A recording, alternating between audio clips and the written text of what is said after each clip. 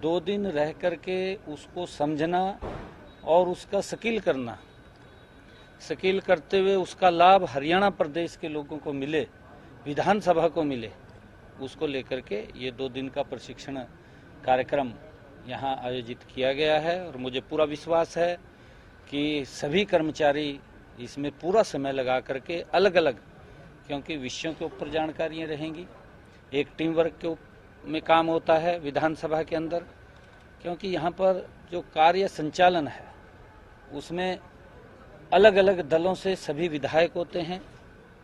और क्योंकि उस विषय से ऊपर उठ करके एक टीम भावना में जो विधानसभा के कर्मचारी हैं वो काम करते हैं और उसका लाभ मिलता है, क्योंकि यहाँ पर विधानसभा में बैठ करके प्रदेश के विकास की आम गरीब व्यक्ति के लिए चिंता यहाँ पर की जाती है ताकि उसका विकास हो और नए कानून यहाँ पर बने, उसको लेकर के विधानसभा में पूर्ण रूप से कार्य संचालन होता है। और उसका मुझे विश्वास है कि 2 दिन के प्रशिक्षण में सभी कर्मचारी उसमें अलग अलग टेक्निकल चाहे कोई विषय है या अन्य उनके स्किल को बढ़ाने का कोई विषय है उसकी पूरी जानकारी लेंगे और उसका लाभ विधानसभा को मिलेगा। मैं बधाई देता हूं सभी कर्मचारियों को और हरविंदर कल्याण जी को कि उन्होंने इस प्रकार का ये कार्यक्रम जो रखा है, ये पहला ऐसा कार्यक्रम है कि जिसका हमारे हरियाणा विधानसभा के कर्मचारी वो इस 2 दिन के प्रशिक्षण का पूरा लाभ उठाएंगे और उसका लाभ हरियाणा प्रदेश के और विधानसभा को मिलेगा। सर, बजट सत्र से पहले क्या कोई विधायकों के लिए भी प्रशिक्षण की तैयारी है? चूंकि कई विधायक ऐसे 40-45 विधायक ऐसे जो पहली बार चुनकर आए हैं, तो कोई विधायकों के भी प्रशिक्षण की आप जरूरत? वो बिल्कुल है, वो प्रशिक्षण समय समय के ऊपर लगते हैं। पीछे भी विधानसभा के सभी विधायकों का लगा है और अध्यक्ष जी इसके ऊपर विचार कर रहे हैं। जैसा भी कोई डेट आएगी तो उसके अंदर विधायकों का भी प्रशिक्षण होगा। दिल्ली चुनाव को लेकर भारतीय जनता पार्टी कितनी तैयार है सर? चूंकि अरविंद केजरीवाल या आम आदमी पार्टी लगातार दावा कर रही है वहां पर हैट्रिक का। आज नहीं, देखिए अरविंद केजरीवाल ने जो लोगों के, दिल्ली के लोगों के साथ वायदे किए थे, उन्होंने उस वायदे के ऊपर वो पूरा नहीं उतरे। वो विकास की बात करता था, वहां पर नशे में लोग धकेल दिए। वो सुविधाएं देने की बात करता था, वहां भ्रष्टाचार हो गया, बड़ा भ्रष्टाचार हुआ, सुविधाएं नहीं मिल पाई लोगों को। लोग समझते हैं। वो ये बात करता था कि मैं तो आम आदमी हूं, मैं तो साधारण घर में रहूंगा। 40 करोड़ रुपया शीश महल के ऊपर लगा करके खड़ा कर देता है।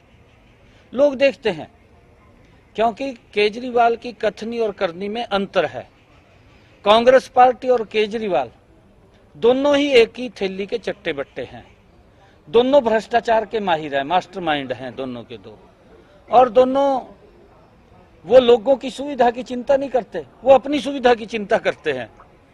लोग समझ रहे हैं और लोग जब समझ रहे हैं तो अब विधानसभा के चुनाव हैं, लोगों ने कार्यकाल देख लिया है। जो ये बोलता था, इसने तो मेरे ख्याल से 2000 जब ये 14 में सत्ता में आया था, इन्हें तब घोषणा की थी कि यमुना को साफ करूंगा।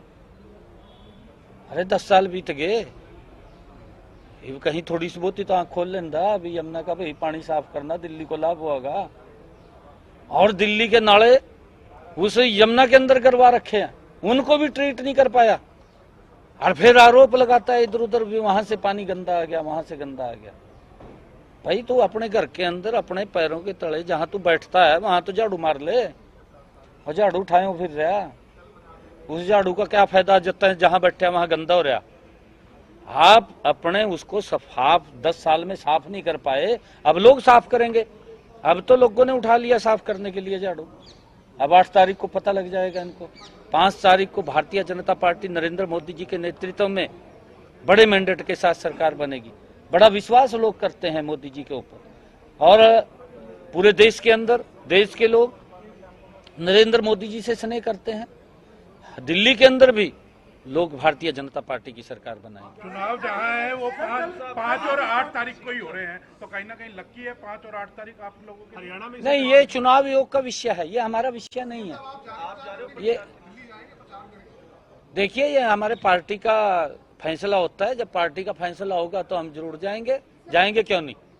पार्टी का फैसला होगा तो अवश्य जाएंगे। सेंट्रल ग्राउंड वाटर बोर्ड है, जिसमें ये कहा गया है कि हरियाणा में जो ग्राउंड लेवल वाटर है उसका काफी ज्यादा खराब स्थिति चल रही है, खासकर सबसे वर्स्ट एरिया कुरुक्षेत्र है और झज्जर है। नहीं, देखिए, क्योंकि लगातार पानी का नीचे से दोहन हो रहा है और उसके अंदर दिखते तो हैं कहीं न काफ़ी संख्या के अंदर जो डार्क जोन में भी हम चले गए हैं।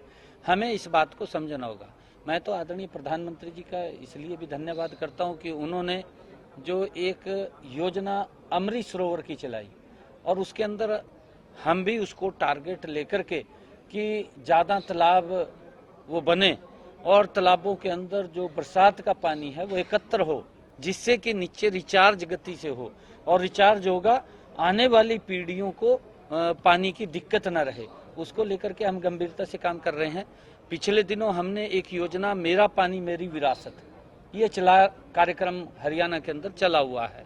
आदरणीय मनोहर लाल जी ने उस कार्यक्रम को चलाया और उसका लाभ भी मिल रहा है। लोग भी उसके ऊपर समझ करके उसको फॉलो कर रहे हैं।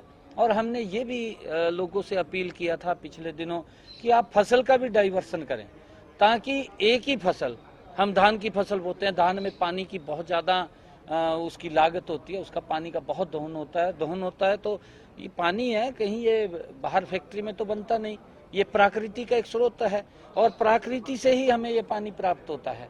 और अगर ये कहीं न कहीं ज़्यादा नीचे चला गया तो दिक्कत खड़ी हो जाएगी और उसको लेकर के हमने पहले ही इसके ऊपर लंबा सोचना चाहिए। और आदरणीय मोदी जी ने इसके ऊपर एक बड़ी प्लानिंग बनाई है और चाहे हम जो स्प्रिंगल इरिगेशन है या ड्रिप इरिगेशन है, उसकी तरफ भी हम सब्सिडी दे करके किसान को बढ़ा रहे हैं और किसान उसके अंदर फॉलो भी कर रहा है, उसका लाभ भी ले रहा है। और डाइवर्सन फसल के अंदर भी हम किसानों को अलग से इंसेंटिव देने का काम कर रहे हैं, ताकि एक फसल ना दूसरी अन्य फसल के ऊपर भी वो जाएं जिसके अंदर पानी कम लगता है। 75% करीब प्रदेशों में कहीं चुनाव होते थे तो गुजरात मॉडल को रखा जाता था। गुजरात मॉडल जो है वो रखा जाता था 2014 के बाद, जब कभी भी प्रदेशों के चुनाव हुए, विजय पताका कई प्रदेशों में लहरा। अब 10 साल से अधिक का वक्त हो गया। दिल्ली के अंदर कौन सा मॉडल जो है कौन से प्रदेश का लागू होना चाहिए? भाई देश में एक को मॉडल है, गुजरात मॉडल, 75% वही मॉडल है। सर 75% आबादी, आज रणदीप सुरजेवाला ने ट्वीट किया, वो करेंगे हरियाणा में 75% गरीब हो गए हैं, बीपीएल हो गए हैं और सरकार को ये देखना चाहिए कि 3/4 आज गरीबी रेखा में लोग आ गए हैं। और ये कहते थे बीजेपी के कि मजबूत हम करेंगे, प्रदेश का विकास करेंगे। उन्होंने सुरजेवाला साहब ने तो ट्वीट में मास्टरी कर रखी है वो तो सुंदर भी ट्वीट करता रहा, उसने तो पता नहीं लगता भी मैं क्या ट्वीट करने लग रहा क्या नहीं लग रहा। उसकी तो जब भी आंख खुलेगी बेचारे की तभी ट्वीट कर देगा। धरातल पे तो कुछ है ही नहीं है। ट्वीट का मास्टर है, ट्वीट जरूर करता है और इतने ट्वीट करता है कि सुबह भी मेरे ख्याल से सुरजेवाला साहब अगर बाथरूम में जनता वहां भी ट्वीट कर देता होगा। सर अगले सप्ताह महाकुंभ का आगाज होने जा रहा है। अगले सप्ताह किस तरीके का प्रबंध श्रद्धालुओं के लिए हरियाणा में किया गया है और 11 तारीख को श्री रामलला जी के प्राण प्रतिष्ठा के कार्यक्रम की क्या रूपरेखा हरियाणा में रहेगी? देखिए, प्रयागराज में महाकुंभ का आयोजन हो रहा है और हम भी वहां जाने वाले हैं। हमने वहां पर भी अलग से वो व्यवस्थाएं हैं और सरकार ने बहुत बड़ी व्यवस्था वहां कुंभ में की है और बहुत लाखों की संख्या में श्रद्धालु पूरे देश से, कई करोड़ों की संख्या में श्रद्धालु वहां पर जाने वाले हैं और हम भी वहां जाएंगे, हम भी जाने वाले हैं कुंभ में।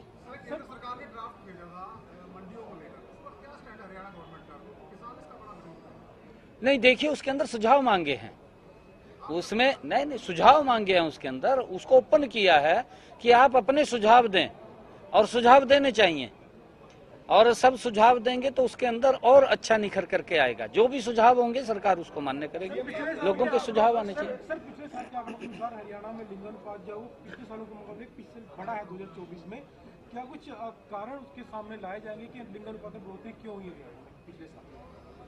और नहीं, देखिए, उसको लेकर के हम सख्ताई से काम कर रहे हैं और आगे भी हम सख्ताई से उसके ऊपर काम जारी रहेगा। हमने अधिकारियों को इस बात को लेकर के सचेत किया है कि लिंगानुपात को लेकर के जो आदरणीय प्रधानमंत्री जी, इस भूमि से मैंने पीछे एक स्थान के ऊपर कहा भी था, अधिकारियों के बीच में भी मैंने ये बात कही है कि प्रधानमंत्री जी का जो विजन था कि बेटी बचाओ बेटी पढ़ाओ, और उसको हम सख्ताई से लागू करेंगे ताकि बेटियों को आदरणीय मोदी जी के उस आह्वान के बाद लाखों की संख्या में बचाया गया है।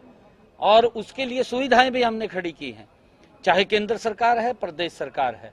बेटियों के लिए हमने मजबूती से सुविधाएं खड़ी की हैं, चाहे वो हमने पंचायतों के इलेक्शन के अंदर है और चाहे बेटियों को 20 किलोमीटर तक कॉलेज उपलब्ध हो, उसकी बात है। लगातार हमने उसके अंदर काम किया है और लगातार हम आगे भी उसको कर रहे हैं। बड़ा मुद्दा विपक्ष बना था। आपने 10 तारीख को एक अहम मीटिंग बुलाई है सभी आला अधिकारियों के, पुलिस के, क्या मैसेज उसके मीटिंग के मार्फत अधिकारियों को आप देने जा रहे हैं 10 तारीख को? वो आपको 10 तारीख को बताएंगे ना।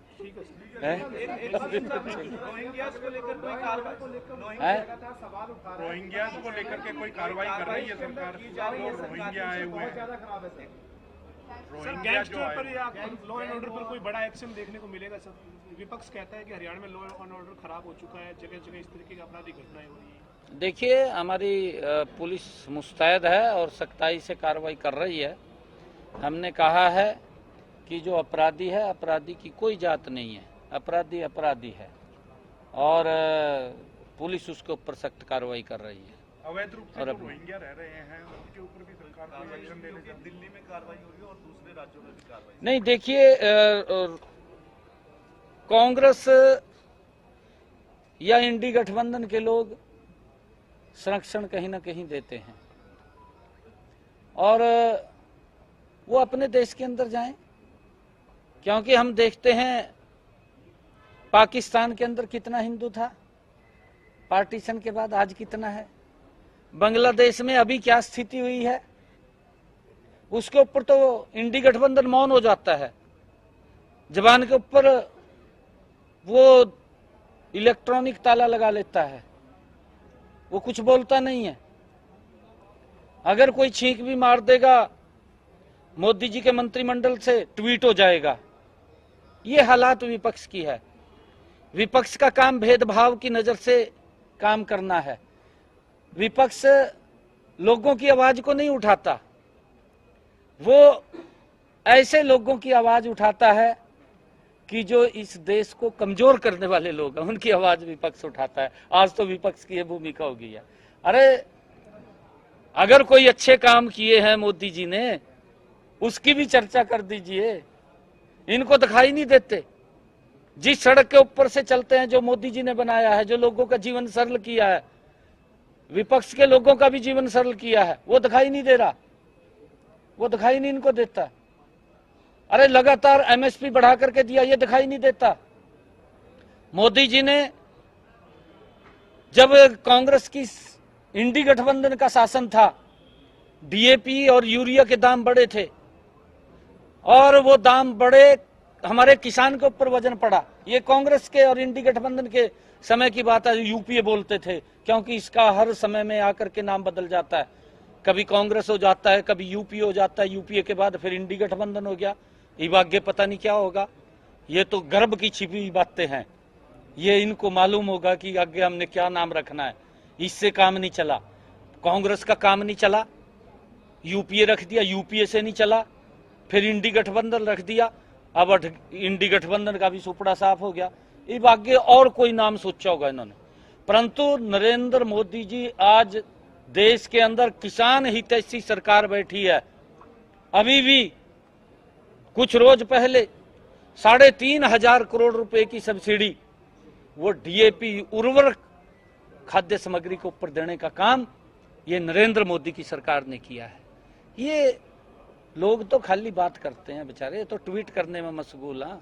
ये तो ऐसे लोगों का समर्थन करते हैं जो विरोध करते हैं कहीं ना कहीं मोदी जी की नीतियों। राहुल गांधी वियतनाम चले गए सर, उसको लेकर कई बयान आ रहे हैं। हरीश रावत का गए